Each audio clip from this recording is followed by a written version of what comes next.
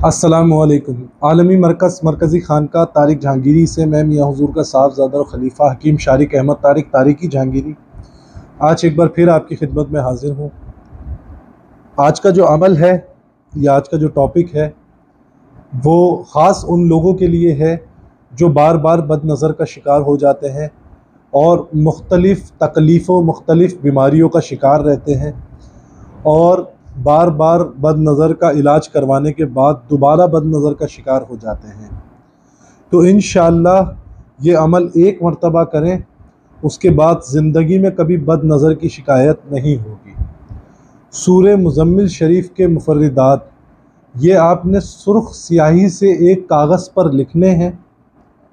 सुर्ख़ स्याही से एक कागज़ पे, सफ़ेद कागज़ पे लिखने हैं मुकम्मल मुफर्रिदात। उसके बाद आपने इसके दरमियान में एक काली मिर्च का दाना रखना है। उसके ऊपर आपने 41 मरतबा सूरे मुज़म्मिल पढ़ के उस दाने पर दम करना है और उसके ऊपर फिर उसको फ़ोल्ड करके उस कागज़ को आपने चमड़े में उसको रख कर उसको सिलाई लगवा कर एक तावीज़ बनाना है। उसका मोम जामा करवाएं उस तावीज़ का और उस तावीज़ को गले में पहन लें। इंशाअल्लाह जो शख्स बार बार बदनज़र का शिकार होता हो वो शख्स एक दफ़ा इस अमल को कर ले, उसके बाद दोबारा कभी भी इंशाअल्लाह बदनज़र की शिकायत नहीं होगी। ना उसको जिस्मानी बदनज़र लगेगी, ना कारोबारी बदनज़र लगेगी और ना ही उसको उसके घर पे किसी की बदनज़र लगेगी।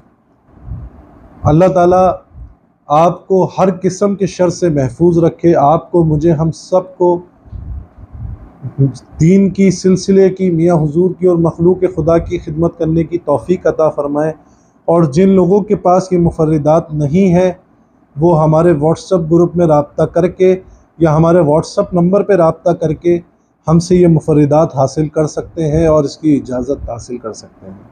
अपनी दुआओं में मुझे याद रखें। जज़ाकल्लाहु खैरा। अस्सलामु अलैकुम।